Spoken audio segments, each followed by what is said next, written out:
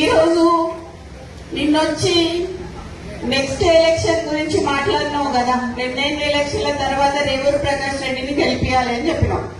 రేవూరు ప్రకాష్ రెడ్డి అంటే పరకాలకి తెలియదు, పరకాలంటే రేవూరు ప్రకాష్ రెడ్డికి తెలియదు ఎలక్షన్ల ముందట. అవునా కాదా? ఎవరొచ్చిండ్రు? కొండ మురళి వచ్చి తిరిగితే రేవూరు ప్రకాష్ రెడ్డి గెలిచిండు. ఈ రోజు 4-5 నియోజకవర్గాలలో తిరిగి ఆ రోజు గెలిపించుకున్న వ్యక్తి, నువ్వు కార్లో కూర్చోబెట్టుకుని తిరిగిన వ్యక్తి ఈ రోజు ఎందుకు గుర్తొస్తలేదు నీకు? అంటే ముఖ్యమంత్రి అయితే కళ్ళు నెత్తికెక్కినాయా అని అడుగుతానా నేను నిన్ను? నాకు భయం లేదు. ఇవాళ పోతే రేపు 2 నాకు. ఎందుకు అనంటే నా బిడ్డ నా కొడుకు ఎవరన్నా చూసుకుంటారు వాళ్ళని.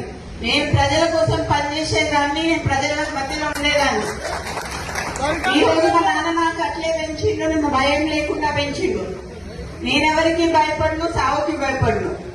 కానీ ఈ రోజు చాలా ఈ 2 ఏళ్ల వరకు ఎందుకయ్యా ఇలా రాజీనామా చేయమని చెప్పు.